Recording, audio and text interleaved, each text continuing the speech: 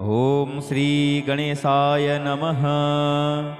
ओम श्री महालक्ष्म्ये नमः। अथ श्री कनकधारास्तोत्रम्। अंगं हरेः पुलकभूषणमाश्रयन्ति भृङ्गाङ्गनेव मुकुलाभरणं तमालम्। अङ्गीकृताखिलविभूतिरपाङ्गलीला माङ्गल्यदास्तु मम मङ्गलदेवतायाः। मुग्धा मुहुर्विदधति वदने मुरारेः प्रेमत्रपाप्रणिहितानि गतागतानि। मालादृशोर्मधुकरीव महोत्पलेया सा मे श्रियं दिशतु सागरसम्भवायाः। विश्वामरेन्द्रपदविभ्रमदानदक्ष्यम् आनन्दहेतुरधिकं मुरवेद्विषोऽपि। ईसन्निषेदतु मयि क्षणमीक्षणार्धम् इन्दीवरोदरसहोदरमिन्दिरायाः। आमीलिताक्ष्यमधिगम्य मुदा मुकुन्दम् आनन्दकन्दमनिमेषमनङ्गतन्त्रम्। आकेकरस्थितकनीनिकपक्ष्मनेत्रम् भूत्यै भवेन् मम भुजङ्गशयाङ्गनायाः। बाह्यान्तरे मधुजितः श्रुतकौस्तुभेया हारावलीव हरनीलमयि विभाति। कामप्रदा भगवतोऽपि कटाक्षमाला कल्याणमावहतु मे कमलालयायाः। कालाम्बुदालिललितो रसिकैटभारेः धाराधरे स्फुरति या तडिदङ्गनेव। मातुः समस्तजगतां महनीयमूर्तिः भद्राणि मे दिशतु भार्गवनन्दनायाः। प्राप्तं पदं प्रथमतः खलु यत्प्रभावात् माङ्गल्यभाजि मधुमाथिनि मन्मथेन। मय्यापतेत्तदिह मन्थरमीक्षणार्धं मन्दालसं च मकरालयकन्यकायाः। दद्यादयानुपवनो द्रविणाम्बुधाराम् अस्मिन्न किञ्चन विहङ्गसिसौ विषण्णे। दुष्कर्मघर्ममपनीय चिराय दूरम् नारायणप्रणयिनी नयनाम्बुवाहः। इष्टाविशिष्टमतयोऽपि यया दयार्द्र दृष्ट्या त्रिविष्टपपदं सुलभं लभन्ते। दृष्टिः प्रहष्टकमलोदरदीप्तिरिष्टां पुष्टिं प्रशिष्ट मम पुष्करविष्टरायाः। कीर्देवतेति गरुडध्वजसुन्दरीति शाकम्भरीति शशिशेखरवल्लभेति। सृष्टिस्थितिप्रलयकेलिषु संस्थितायै तस्यै नमस्त्रिभुवनैकगुरोस्तरुण्यै। श्रुत्यै नमोऽस्तु शुभकर्मफलप्रसूत्यै रत्यै नमोऽस्तु रमणीयगुणार्णवायै। शक्त्यै नमोऽस्तु शतपत्रनिकेतनायै। पुष्ट्यै नमोऽस्तु पुरुषोत्तमवल्लभायै। नमोऽस्तु नालीकनिभाननायै नमोऽस्तु दुग्धोदधिजन्मभूम्यै। नमोऽस्तु सोमामृतसोदरायै नमोऽस्तु नारायणवल्लभायै।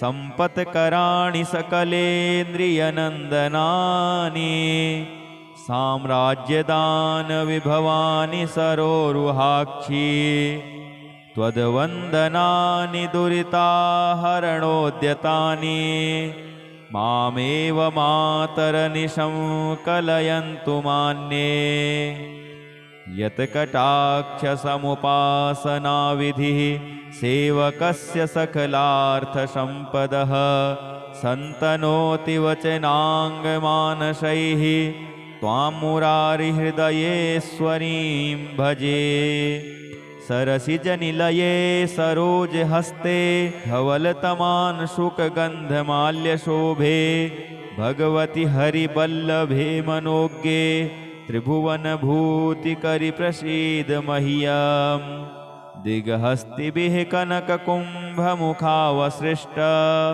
स्वरवाहिनी विमलचारुजलप्लुताङ्गीं प्रातर्नमामि जगतां जननीमशेष लोकाधिनाथ गृहिणीममृताब्धिपुत्रीं कमले कमलाक्ष्यवल्लभे त्वं करुणापूरतरङ्गितैरपाङ्गैः अवलोकय माम किञ्चनानां प्रथमं पात्रमकृत्रिमं दयायाः स्तुवन्ति ये स्तुतिभिरवीभिरन्वः त्रयीमयीं त्रिभुवनमातरं रमां गुणाधिका गुरुतरभाग्यभागिनो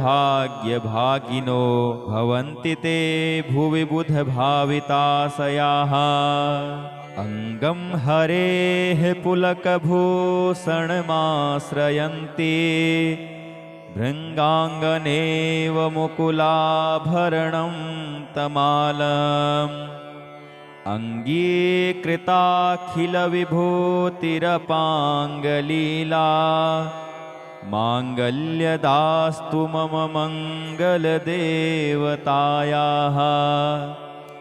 मुग्धा मुहुर्विदधति वदने मुरारेः प्रेमत्रपाप्रणिहितानि गतागतानि मालादृशोर्मधुकरीव महोत्पलेया सा मे श्रियं दिशतु सागरसम्भवायाः विश्वामरेन्द्रपदविभ्रमदानदक्ष्यम् आनन्दहेतुरधिकं मुरवेद्विषोऽपि ईसन्निषेदतु मयि क्षणमीक्षणार्धम् इन्दीवरोदरसहोदरमिन्दिरायाः आमीलिताक्षमधिगम्य मुदा मुकुन्दम् आनन्दकन्दमनिमेषमनङ्गतन्त्रम् आकेकरस्थितकनीनिकपक्ष्मनेत्रम् भूत्यै भवेन् मम भुजङ्गशयाङ्गनायाः बाह्यान्तरे मधुजितः श्रुतकौस्तुभेया हारावलीव हरनीलमयि विभाति कामप्रदा भगवतोऽपि कटाक्षमाला कल्याणमावहतु मे कमलालयायाः कालाम्बुदालिललितो रसिकैटभारेः धाराधरे स्फुरति या तडिदङ्गनेव मातुः समस्तजगतां महनीयमूर्तिः भद्राणि मे दिशतु भार्गवनन्दनायाः प्राप्तं पदं प्रथमतः खलु यत्प्रभावात् माङ्गल्यभाजिमधुमाथिनि मन्मथेन मय्यापतेत्तदिह मन्थरमीक्षणार्धम् मन्दालसं च मकरालयकन्यकायाः दद्यादयानुपवनो द्रविणाम्बुधाराम् अस्मिन्न किञ्चन विहङ्गसिसौ विषण्णे दुष्कर्मघर्ममपनीय चिराय दूरम् नारायण प्रणयिनी नयनाम्बुवाहः इष्टाविशिष्टमतयोऽपि ययादयार्द्र दृष्ट्या त्रिविष्टपपदं सुलभं लभन्ते दृष्टिः प्रहष्टकमलोदरदीप्तिरिष्टां पुष्टिं प्रशिष्ट मम पुष्करविष्टरायाः गीर्देवतेति गरुडध्वजसुन्दरीति शाकम्भरीति शशिशेखरवल्लभेति सृष्टिस्थितिप्रलयकेलिषु संस्थितायै तस्यै नमस्त्रिभुवनैकगुरोस्तरुण्यै श्रुत्यै नमोऽस्तु शुभकर्मफलप्रसूत्यै रत्यै नमोऽस्तु रमणीयगुणार्णवायै शक्त्यै नमोऽस्तु शतपत्रनिकेतनायै पुष्ट्यै नमोऽस्तु पुरुषोत्तमवल्लभायै नमोऽस्तु नालीकनिभाननायै नमोऽस्तु दुग्धोदधिजन्मभूम्यै नमोऽस्तु सोमामृतसोदरायै नमोऽस्तु नारायणवल्लभायै सम्पत्कराणि सकलेन्द्रियनन्दनानि साम्राज्यदानविभवानि सरोरुहाक्षी त्वद्वन्दनानि दुरिताहरणोद्यतानि मामेव मातरनिशं कलयन्तु मान्ये यत्कटाक्षसमुपासनाविधिः सेवकस्य सकलार्थसम्पदः सन्तनोति वचनाङ्गमानसैः त्वां मुरारिहृदयेश्वरीं भजे सरसिजनिलये सरोजहस्ते धवलतमान् शुकगन्धमाल्यशोभे भगवति हरिवल्लभे मनोज्ञे त्रिभुवनभूतिकरि प्रसीद मह्यम् दिग्हस्तिभिः कनककुम्भमुखावसृष्ट स्वरवाहिनी विमलचारुजलप्लुताङ्गीं प्रातर्नमामि जगतां जननीमशेष लोकाधिनाथ गृहिणीममृताब्धिपुत्रीं कमले कमलाक्ष्यवल्लभे त्वं करुणापूरतरङ्गितैरपाङ्गैः अवलोकय माम किञ्चनानां प्रथमं पात्रमकृत्रिमं दयायाः स्तुवन्ति ये स्तुतिभिरवीभिरन्वहं त्रयीमयीं त्रिभुवनमातरं रमां गुणाधिका गुरुतरभाग्यभागिनो भवन्ति ते भुवि बुधभाविताशयाः अङ्गं हरेः पुलकभूषणमाश्रयन्ति भृङ्गाङ्गनेव मुकुलाभरणं तमालम् अङ्गीकृताखिलविभूतिरपाङ्गलीला माङ्गल्यदास्तु मम मङ्गलदेवतायाः मुग्धा मुहुर्विदधति वदने मुरारेः प्रेमत्रपाप्रणिहितानि गतागतानि मालादृशोर्मधुकरीव महोत्पलेया सा मे श्रियं दिशतु सागरसम्भवायाः विश्वामरेन्द्रपदविभ्रमदानदक्ष्यम् आनन्दहेतुरधिकं मुरवेद्विषोऽपि ईशन्निषेदतु मयि क्षणमीक्षणार्धम् इन्दीवरोदरसहोदरमिन्दिरायाः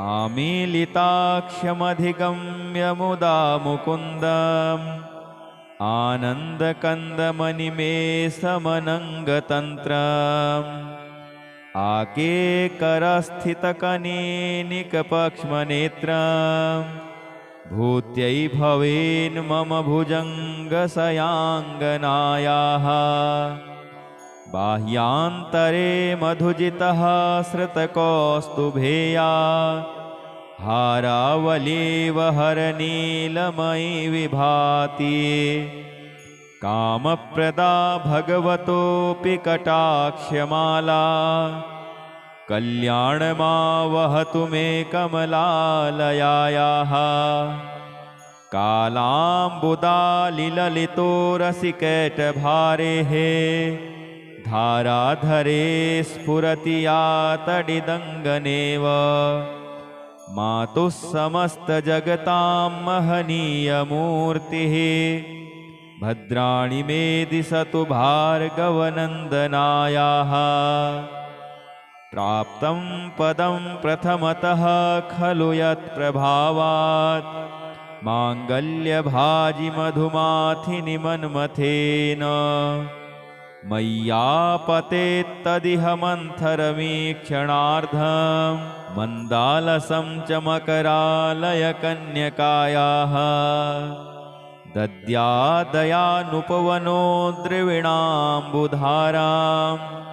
अस्मिन्न किञ्चन विहङ्गसि सौविषण्ये दुष्कर्मघर्ममपनीय चिराय दूरम् नारायण प्रणयिनी नयनाम्बुवाहः इष्टाविशिष्टमतयोऽपि ययादयार्द्र दृष्ट्या त्रिविष्टपपदं सुलभं लभन्ते दृष्टिः प्रहष्टकमलोदरदीप्तिरिष्टां पुष्टिं प्रशिष्ट मम पुष्करविष्टरायाः कीर्देवतेति गरुडध्वजसुन्दरीति शाकम्भरीति शशिशेखरवल्लभेति सृष्टिस्थितिप्रलयकेलिषु संस्थितायै तस्यै नमस्त्रिभुवनैकगुरोस्तरुण्यै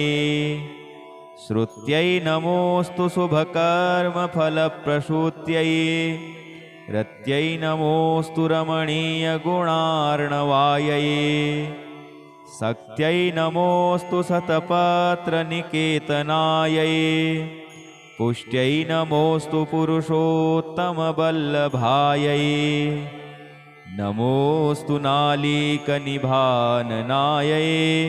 नमोऽस्तु दुग्धोदधिजन्मभूम्यै नमोऽस्तु सोमामृतसोदरायै नमोऽस्तु नारायणवल्लभायै सम्पत्कराणि सकलेन्द्रियनन्दनानि साम्राज्यदानविभवानि सरोरुहाक्षी त्वद्वन्दनानि दुरिताहरणोद्यतानि मामेव मातरनिशं कलयन्तु मान्ये यत्कटाक्षसमुपासनाविधिः सेवकस्य सकलार्थसम्पदः सन्तनोति वचनाङ्गमानसैः त्वां मुरारिहृदयेश्वरीं भजे सरसिजनिलये सरोजहस्ते धवलतमान् शुकगन्धमाल्यशोभे भगवति हरिवल्लभे मनोज्ञे त्रिभुवनभूतिकरि प्रसीद मह्यम् दिग्हस्तिभिः कनककुम्भमुखावसृष्ट स्वरवाहिनी विमलचारुजलप्लुताङ्गीं प्रातर्नमामि जगतां जननीमशेष लोकाधिनाथ गृहिणीममृताब्धिपुत्रीं कमले कमलाक्ष्यवल्लभे त्वं करुणापूरतरङ्गितैरपाङ्गैः अवलोकय माम किञ्चनानां प्रथमं पात्रमकृत्रिमं दयायाः स्तुवन्ति ये स्तुतिभिरवीभिरन्वहं त्रयीमयीं त्रिभुवनमातरं रमां गुणाधिका गुरुतरभाग्यभागिनो भवन्ति ते भुवि बुधभाविताशयाः अङ्गं हरेः पुलकभूषणमाश्रयन्ति भृङ्गाङ्गनेव मुकुलाभरणं तमालम् अङ्गीकृताखिलविभूतिरपाङ्गलीला माङ्गल्यदास्तु मम मङ्गलदेवतायाः मुग्धा मुहुर्विदधति वदने मुरारेः प्रेमत्रपाप्रणिहितानि गतागतानि मालादृशोर्मधुकरीव महोत्पलेया सा मे श्रियं दिशतु सागरसम्भवायाः विश्वामरेन्द्रपदविभ्रमदानदक्ष्यम् आनन्दहेतुरधिकं मुरवेद्विषोऽपि ईसन्निषेदतु मयि क्षणमीक्षणार्धम् इन्दीवरोदरसहोदरमिन्दिरायाः आमीलिताक्ष्यमधिगम्य मुदा मुकुन्दम् आनन्दकन्दमनिमेषमनङ्गतन्त्रम् आकेकरस्थितकनीनिकपक्ष्मनेत्रम् भूत्यै भवेन् मम भुजङ्गशयाङ्गनायाः बाह्यान्तरे मधुजितः श्रुतकौस्तुभेया हारावलीव हरनीलमयि विभाति कामप्रदा भगवतोऽपि कटाक्षमाला कल्याणमावहतु मे कमलालयायाः कालाम्बुदालिललितो रसिकैटभारेः धाराधरे स्फुरति या तडिदङ्गनेव मातुः समस्तजगतां महनीयमूर्तिः भद्राणि मे दिशतु भार्गवनन्दनायाः प्राप्तं पदं प्रथमतः खलु यत्प्रभावात् माङ्गल्यभाजिमधुमाथिनि मन्मथेन मय्यापतेत्तदिह मन्थरमीक्षणार्धं मन्दालसं च मकरालयकन्यकायाः दद्यादयानुपवनो द्रविणाम्बुधाराम् अस्मिन्न किञ्चन विहङ्गसि सौविषण्ये दुष्कर्मघर्ममपनीय चिराय दूरम् नारायणप्रणयिनी नयनाम्बुवाहः इष्टाविशिष्टमतयोऽपि ययादयार्द्र दृष्ट्या त्रिविष्टपपदं सुलभं लभन्ते दृष्टिः प्रहष्टकमलोदरदीप्तिरिष्टां पुष्टिं प्रशिष्ट मम पुष्करविष्टरायाः गीर्देवतेति गरुडध्वजसुन्दरीति शाकम्भरीति शशिशेखरवल्लभेति सृष्टिस्थितिप्रलयकेलिषु संस्थितायै तस्यै नमस्त्रिभुवनैकगुरोस्तरुण्यै श्रुत्यै नमोऽस्तु शुभकर्मफलप्रसूत्यै रत्यै नमोऽस्तु रमणीयगुणार्णवायै शक्त्यै नमोऽस्तु शतपत्रनिकेतनायै पुष्ट्यै नमोऽस्तु पुरुषोत्तमवल्लभायै नमोऽस्तु नालीकनिभाननायै नमोऽस्तु दुग्धोदधिजन्मभूम्यै नमोऽस्तु सोमामृतसोदरायै नमोऽस्तु नारायणवल्लभायै सम्पत्कराणि सकलेन्द्रियनन्दनानि साम्राज्यदानविभवानि सरोरुहाक्षी त्वद्वन्दनानि दुरिताहरणोद्यतानि मामेव मातरनिशं कलयन्तु मान्ये यत्कटाक्षसमुपासनाविधिः सेवकस्य सकलार्थसम्पदः सन्तनोति वचनाङ्गमानसैः त्वां मुरारिहृदयेश्वरीं भजे। सरसिजनिलये सरोजहस्ते धवलतमान् शुकगन्धमाल्यशोभे भगवति हरिवल्लभे मनोज्ञे त्रिभुवनभूतिकरि प्रसीद मह्यम्। दिग्हस्तिभिः कनककुम्भमुखावसृष्ट स्वरवाहिनी विमलचारुजलप्लुताङ्गीं प्रातर्नमामि जगतां जननीमशेष लोकाधिनाथ गृहिणीममृताब्धिपुत्रीं। कमले कमलाक्ष्यवल्लभे त्वं करुणापूरतरङ्गितैरपाङ्गैः अवलोकय माम किञ्चनानां प्रथमं पात्रमकृत्रिमं दयायाः। स्तुवन्ति ये स्तुतिभिरवीभिरन्वः त्रयीमयीं त्रिभुवनमातरं रमां। गुणाधिका गुरुतरभाग्यभागिनो भवन्ति ते भुवि बुधभाविताशयाः। अङ्गं हरेः पुलकभूषणमाश्रयन्ति भृङ्गाङ्गनेव मुकुलाभरणं तमालम्। अङ्गीकृताखिलविभूतिरपाङ्गलीला माङ्गल्यदास्तु मम मङ्गलदेवतायाः।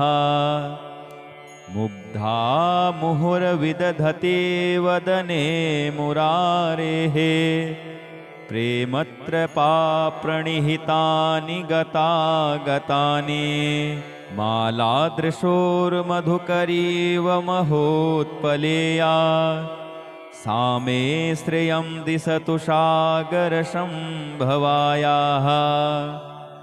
विश्वामरेन्द्रपदविभ्रमदानदक्ष्यम् आनन्दहेतुरधिकं मुरवेद्विषोऽपि। ईसन्निषेदतु मयि क्षणमीक्षणार्धम् इन्दीवरोदरसहोदरमिन्दिरायाः। आमीलिताक्ष्यमधिगम्य मुदा मुकुन्दम् आनन्दकन्दमनिमेषमनङ्गतन्त्रम्। आकेकरस्थितकनीनिकपक्ष्मनेत्रम् भूत्यै भवेन् मम भुजङ्गशयाङ्गनायाः। बाह्यान्तरे मधुजितः श्रुतकौस्तुभेया हारावलीव हरनीलमयि विभाति। कामप्रदा भगवतोऽपि कटाक्षमाला कल्याणमावहतु मे कमलालयायाः। कालाम्बुदालिललितो रसिकैटभारेः धाराधरे स्फुरति या तडिदङ्गनेव। मातुः समस्तजगतां महनीयमूर्तिः भद्राणि मे दिशतु भार्गवनन्दनायाः। प्राप्तं पदं प्रथमतः खलु यत्प्रभावात् माङ्गल्यभाजि मधुमाथिनि मन्मथेन। मय्यापतेत्तदिह मन्थरमीक्षणार्धं मन्दालसं च मकरालयकन्यकायाः। दद्यादयानुपवनो द्रविणाम्बुधाराम् अस्मिन्न किञ्चन विहङ्गसिसौ विषण्णे। दुष्कर्मघर्ममपनीय चिराय दूरम् नारायणप्रणयिनी नयनाम्बुवाहः। इष्टाविशिष्टमतयोऽपि यया दयार्द्र दृष्ट्या त्रिविष्टपपदं सुलभं लभन्ते दृष्टिः प्रहष्टकमलोदरदीप्तिरिष्टां पुष्टिं प्रशिष्ट मम पुष्करविष्टरायाः गीर्देवतेति गरुडध्वजसुन्दरीति शाकम्भरीति शशिशेखरवल्लभेति सृष्टिस्थितिप्रलयकेलिषु संस्थितायै तस्यै नमस्त्रिभुवनैकगुरोस्तरुण्यै श्रुत्यै नमोऽस्तु शुभकर्मफलप्रसूत्यै रत्यै नमोऽस्तु रमणीयगुणार्णवायै शक्त्यै नमोऽस्तु शतपत्रनिकेतनायै पुष्ट्यै नमोऽस्तु पुरुषोत्तमवल्लभायै नमोऽस्तु नालीकनिभाननायै नमोऽस्तु दुग्धोदधिजन्मभूम्यै नमोऽस्तु सोमामृतसोदरायै नमोऽस्तु नारायणवल्लभायै सम्पत्कराणि सकलेन्द्रियनन्दनानि साम्राज्यदानविभवानि सरोरुहाक्षी त्वद्वन्दनानि दुरिताहरणोद्यतानि मामेव मातरनिशं कलयन्तु मान्ये यत्कटाक्षसमुपासनाविधिः सेवकस्य सकलार्थसम्पदः सन्तनोति वचनाङ्गमानसैः त्वां मुरारिहृदयेश्वरीं भजे सरसिजनिलये सरोजहस्ते धवलतमान् शुकगन्धमाल्यशोभे भगवति हरिवल्लभे मनोज्ञे त्रिभुवनभूतिकरि प्रसीद मह्यम् दिग्हस्तिभिः कनककुम्भमुखावसृष्ट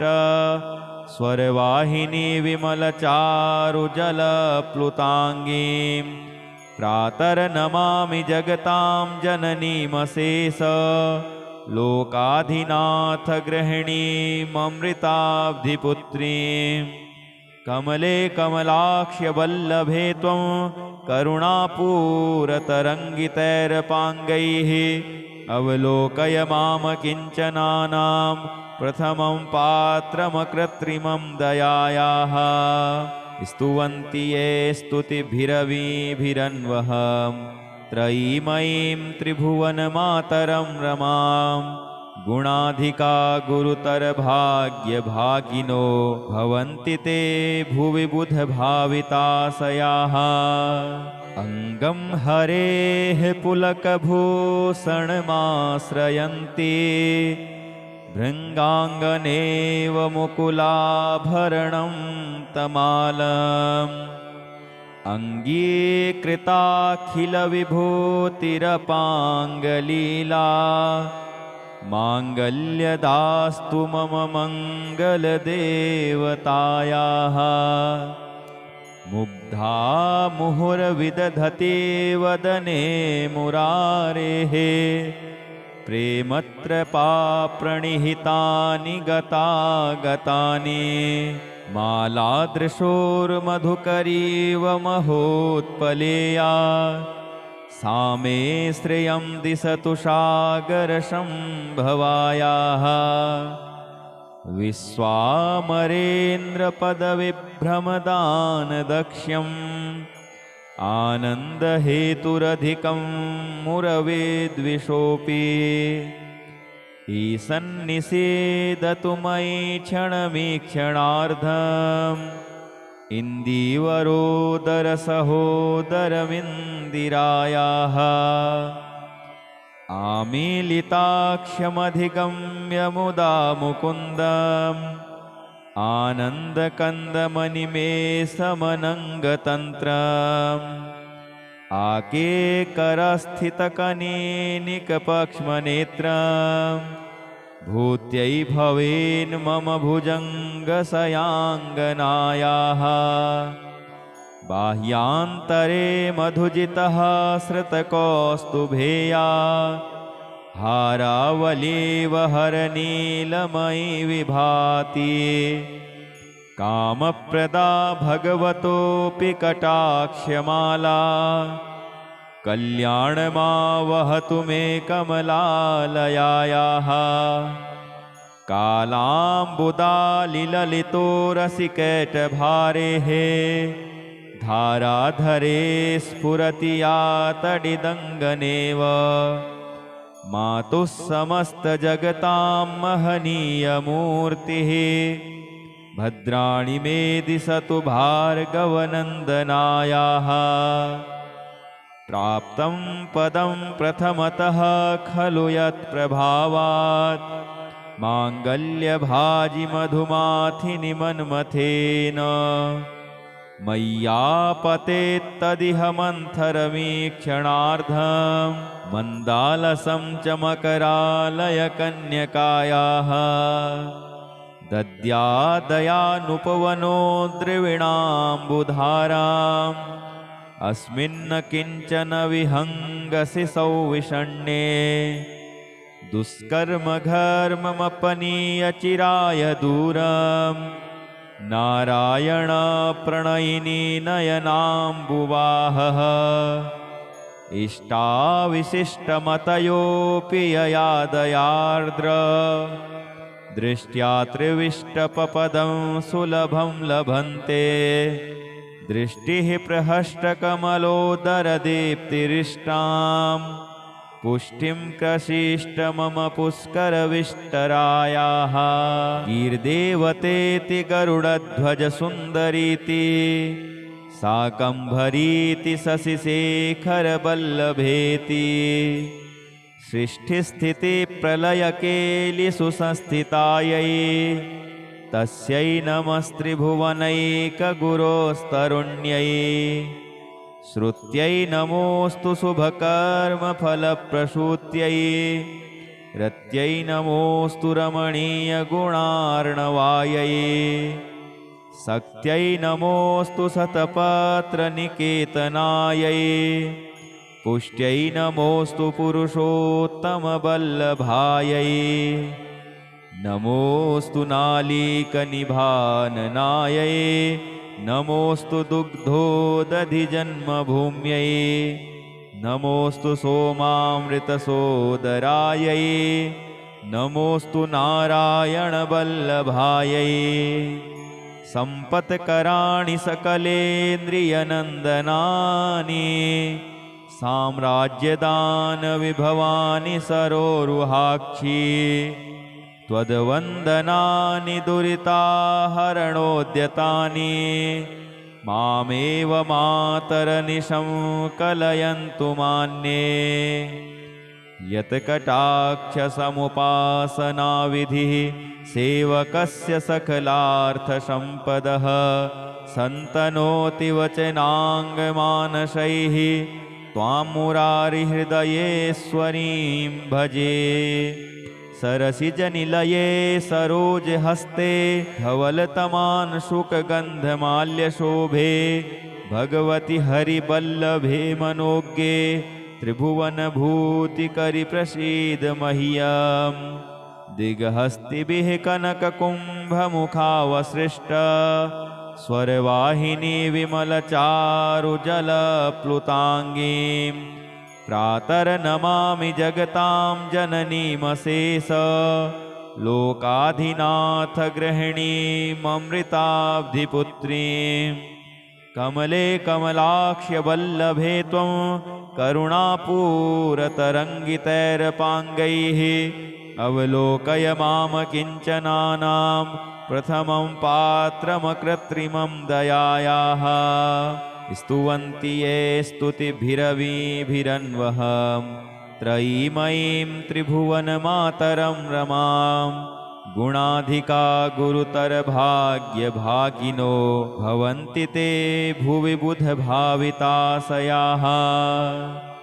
ॐ श्रीमहालक्ष्म्यै नमः इति श्री शङ्कराचार्यकृतं श्री कनकधारास्तोत्रम्। ॐ